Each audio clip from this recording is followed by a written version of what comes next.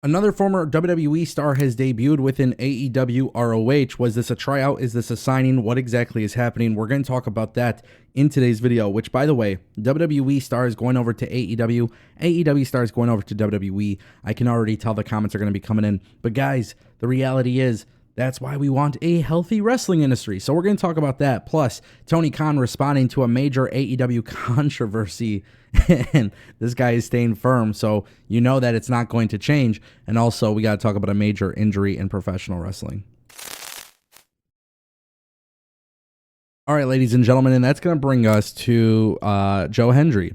Unfortunately, last night on TNA Impact, they have revealed that Joe Hendry has been injured.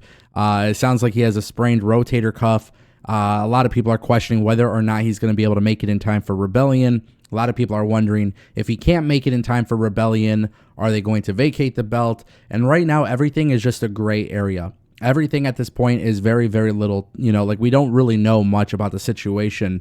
At first, I was even wondering if the injury was actually a work. However, that doesn't appear to be the case. It sounds like it is legitimate. I really hope that it's not legitimate. Joe Hendry is doing an awesome job as the TNA World Champion. TNA Rebellion is a very, very short period of time away. And on top of that, TNA Rebellion is a very big deal for TNA. We know that WWE's Ethan Page is crossing the line to TNA, and Frankie Kazarian has obviously called his shot. So now we're supposed to have a triple threat match, but you have to wonder what is going to be the situation in case Joe Hendry actually can't compete. And if that is the case, I do think TNA will end up vacating the belt, and then you would probably just have a match between Frankie Kazarian and Ethan Page. As of right now, it sounds like everything is still up in the air, which the fact that there's no confirmation about him being out, I guess, is a good thing because maybe it's not that big of a deal. I'm not a doctor. I can't tell you about these injuries and whether or not they are significant or whether or not there's a serious threat to the time off aspect of things. Maybe if you're a doctor and you're watching this video, you can chime in on the comments. But I do think this is a big blow for TNA. He's been holding it down very well as a TNA World Champion, and his popularity continues to climb. So that's exactly what you would want for a company who is about the third biggest wrestling company in North America. You want a champion that could lead. You want a champion that could hold things down, keep getting popular. So when you have an injury like this, it's a very, very big deal. And to me personally, I just think it really sucks and it's really sad. Joe Hendry's a hell of a talent. Best wishes to him. Hopefully everything goes well.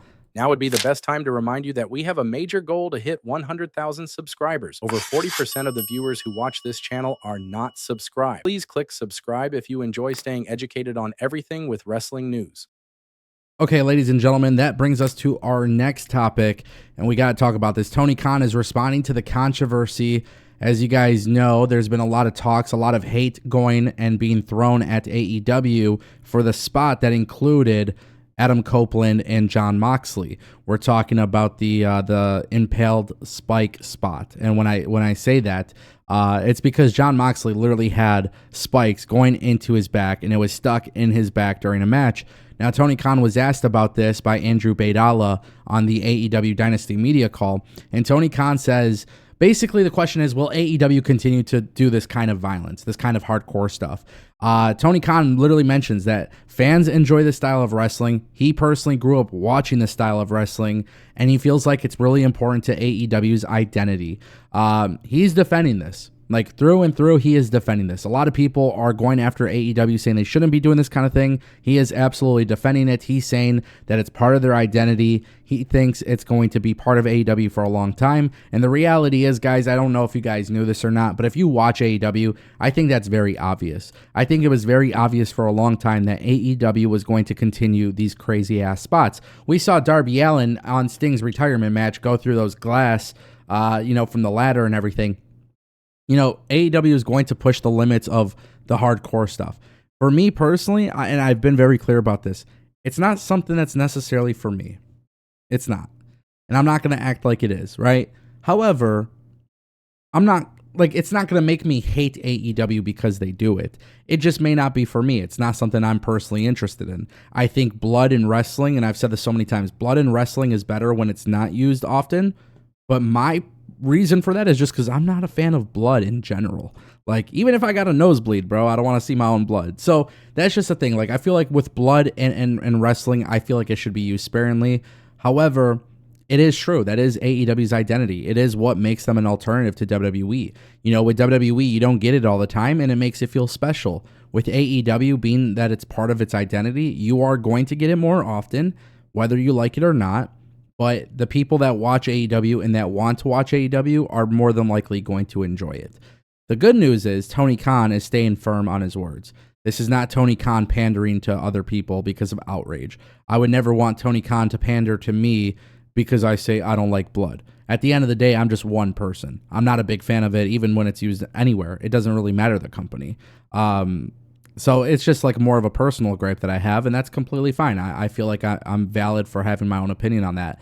It doesn't mean I'm not going to watch AEW. It doesn't mean I won't like AEW, but what it does mean is that that is their identity, and that's what they're going to build upon. So if you're not a fan of that, Tony Khan is basically telling you, deal with it.